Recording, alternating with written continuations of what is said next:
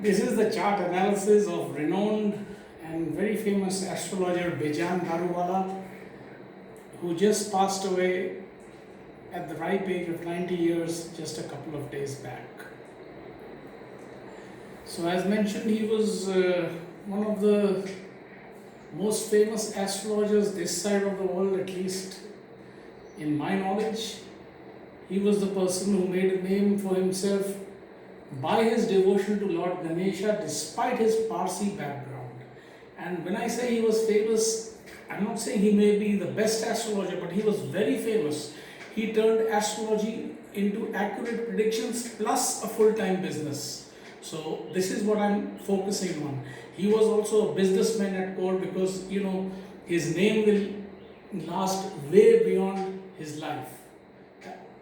So, as mentioned, he sadly passed away on May 29th, 2020 at the ripe age of nearly 90 years in Ahmedabad. And now let me, as a salute to him and the good work that he's done of motivating so many people to take up astrology, look and study his chart in brief. And I do this very humbly, with humility. Bejan Daruwala had an excellent chart. He had Ketu in his Lagna house. That itself makes him an astrologer, a person interested in occult sciences, astrology, palmistry, and the works from the very start. So, this is something that was in his DNA. Now, the other thing that you see is he has Saturn in his 4th house, retrograde, lots of hard work early on in his life without the fruits of, his hard work being realized, failures. Then again, he has Rahu in his 7th house, so that means for him, and this is just for him, trouble in his married life. Now, Bejan Bhai also believed in Western astrology, so his Uranus is also placed in that house. So, sudden and mostly unexpected issues with his domestic life or with his spouse. And we know that he was divorced. Like there was some issue in his marriage. This is known, at least to me. Then we come to the magnificent part of his chart. His 9th house has Moon, 10th house has Venus and Sun, 11th house has Jupiter and Mercury, and 12th house has Mars and Neptune. Now, you would note that his 9th, 10th and 11th house populated are very auspicious from the point of view of tremendous success from his astrological venture, lot of money he would make, and additionally name and fame, massive name and fame. And 12th house of Mars ensures, again, with his first house or the Lagna house, makes him interested or a very good astrologer, as his 12th house gives him a very strong ESP or a sixth sense. So this is Bejan Bhai's confirmed Lagna chart, because he himself used to give his birth details to everybody, including other astrologers, and ask them to analyze his chart. Moving on.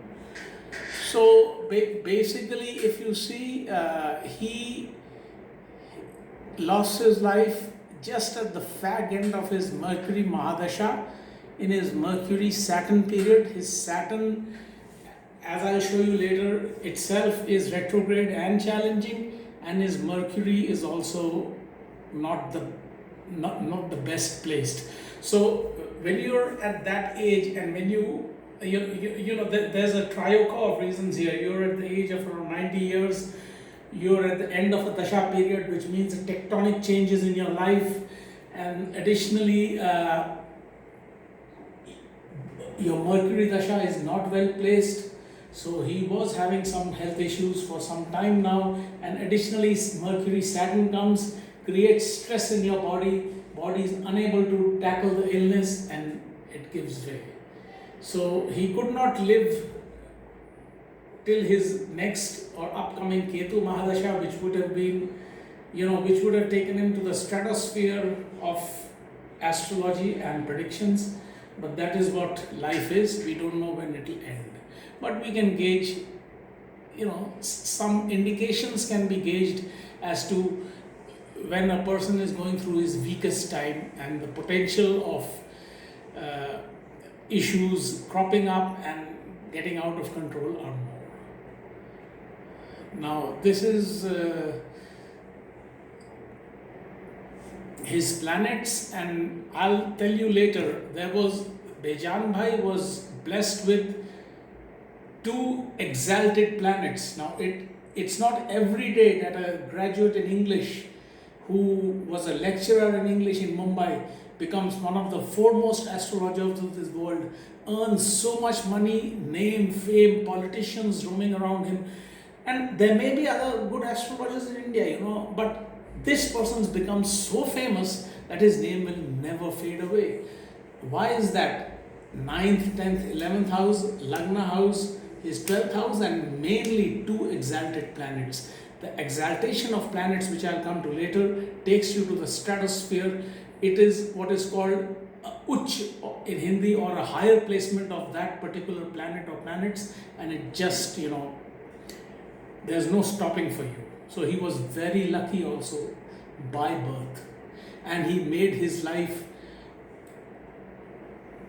like he just lived his life marvelously, because he was known as a very cheerful person, a happy-go-merry person. Moving on. Now, this is where you would be a little interested. So, his Lagna, Virgo, has Ketu, so you see, excellent for persuasive skills and the mind that is bent on the occult. As I said, 4th house of Saturn, retrograde, tough, a lot of hard work, frustrations. 7th house, as I said, Pisces, has Rahu, tough, trouble in marriage.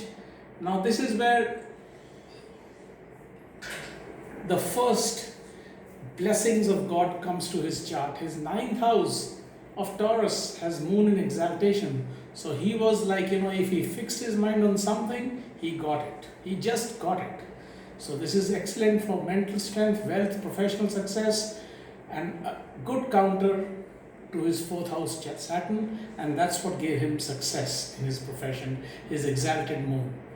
Now his 10th house of Gemini has Sun and Venus. Now if you see, this is excellent for wealth, leadership, strong personality, and living a life of comfort and luxury, and also a very, very strong soul. Very stand-up kind of person, a strong personality. Now, his 11th house, it doesn't end here, of Cancer has Mercury. The position of Mercury is a little concerning, but again, his Jupiter is in exaltation. So, excellent for fame. Lady luck would be at his feet. He would be educated, have name and fame, but he can be brutally honest at the cost of getting a bad name too. So, if you touch him the wrong way, he would, he has the ability to fire back at you. So this would have hurt him a little bit in his life, and more so we see that in his later years, his Mercury Dasha came, and the Mercury Saturn period, the body and the mind is under so much stress because of these dashas and antardashas which are not favorable. They just take you. Now there are rumors that we lost him to COVID, but we'll never know the truth. But let's say that he lived a good life. His time was over, and he went. Again, his 12th house of Leo has Mars. This is challenging, but for the life that he chose, it would help him. Religion, culture, astrology related fields, and gives him a strong sixth sense. But remember, having a strong sixth sense is a double-edged sword. You know things about yourself also, and every person goes through a lot of suffering. Bejan Bhai became the wonderful astrologer that he was because he went through a lot of suffering, experienced life. Without the experience of life, you just can't do that. Now, this is what I say, that in the Mercury Saturn period, which was till January 22, this was a tough time, and additionally at the last sub period of his Mercury Saturn Antardasha, the body could not take the stress because number one, Mercury is enemy position. Number two, Saturn is retrograde. And the other thing that I'll discuss, and that is worth discussing, is that if you see his chart, it also has Kalpsarp Dosh. So Bejan Bhai, you see Ketu, Rahu here. Between Rahu and Ketu, Rahu, you come here, Ketu, right? Dragon head, dragon tail. This side, everything is empty except this Saturn.